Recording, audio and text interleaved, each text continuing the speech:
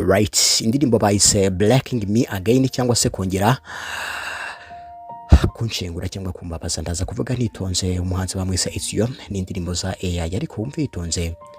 Ariko se mwakoze subscribe, wumva ijambo kurindi. Nari mpagaze ku gasongero ka buri kimwe, nkontorora buri kimwe, yo nihangana cyane nka nishingikiriza ku izina ryawe gusa nta kindi nishingikirizeho. Ijoro ryari rikonje cyane n'umutuzo nawe ari mwinshi cyane, ariko nabashaga kukumva na cyagihe nabaga ndi kukurota nsinziriye. Ntago wigije ubasha kuvuga ko buri kimwe cyari kimeze neza, yo gusa wowe wicaranye nanjye urangije undwaza yo ndabizi ko isi irushaho kugenda idutandukanya uko bwije nuko bugeye, ariko buri gihe uko nkubabaje wowe ugerageza gukomeza umutima wanjye. Umva amagambo neza witonze, ati wowe nanjye muri buri bibazo byose ndetse na buri gikomere, ati nta nubwo tugomba kuba abantu b'intungane, tugomba kwerekana uko turi tu. Nzabivuga na cyagihe isi izongera kuba yambabaje nanone, yo ati igihe cyose uri iruhande rwanjye ntago nzongera kubabara. Yitwa Isobanuye. Please genda ukore subscribe kuri M250 TV Films, genda ukore subscribe ndetse na Easy Life Talk Podcast. Sinzongera gushenguka, urumva neza? Aka ni Isobanuye. Please kora subscribe, hanyuma twuzuza abantu 30,000 tuhatwike koko ejo bundi tuzuze 40-50 tugere no mwijana, sibyo? Twagiye ibuka cyaje imvura iri kugwa, warambwiye ngo ibintu byose bizagenda. Ntago urize nkeneye kuba nabyumva neza, yo wumva amagambo neza witonze.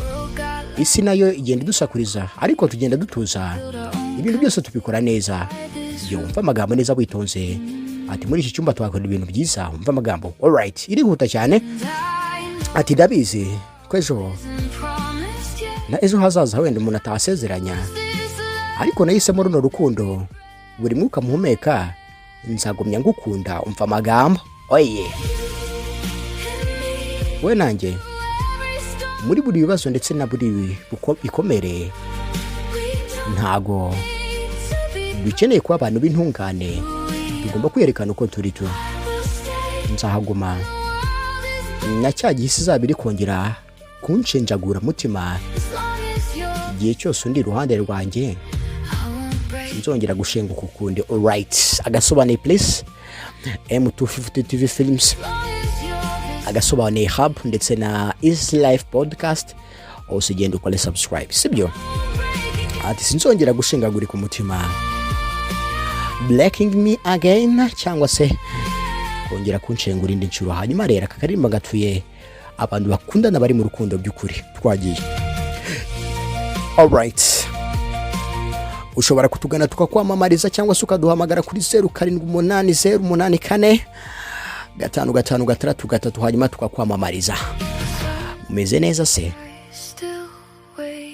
Ati rimwe na rimwe ijoro mba ndi nkanuye, ariko nkumva impumeko yawe, yo hanyuma nkibuka mva ko tutagomba kugira buri kimwe cyose.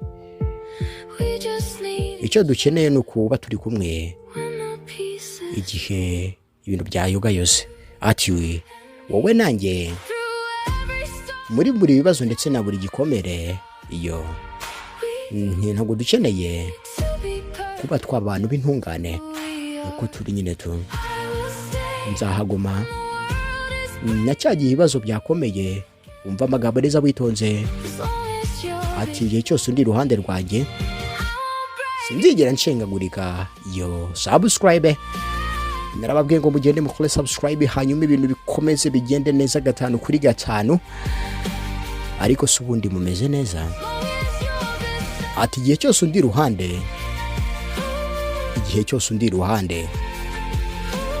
mugende mukore subscribe. Ni indirimbo nziza cyane y'urukundo, nandi bababwira ngo mutugane tubasobanurire ndetse tunabamamariza. Ushobora kudutumira muri event yawe tukakwamamariza.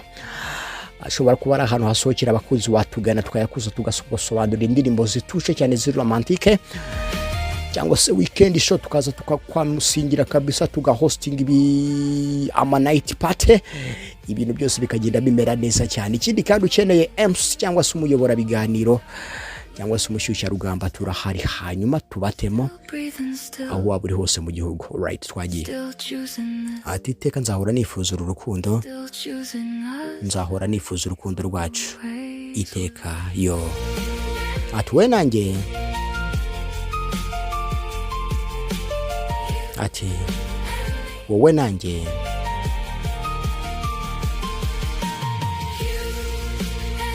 wowe nanjye, ati muri buri bibazo na buri bikomere ntabwo dukeneye kuba twaba abantu b'intungane, tugomba kwimerera uko turi tu. Blacking me again, cyangwa se kongera kunshenjagura encore une fois. Love tonight. Ati igihe cyose undi iruhande sinzongera gushenjagurika cyangwa kubabara.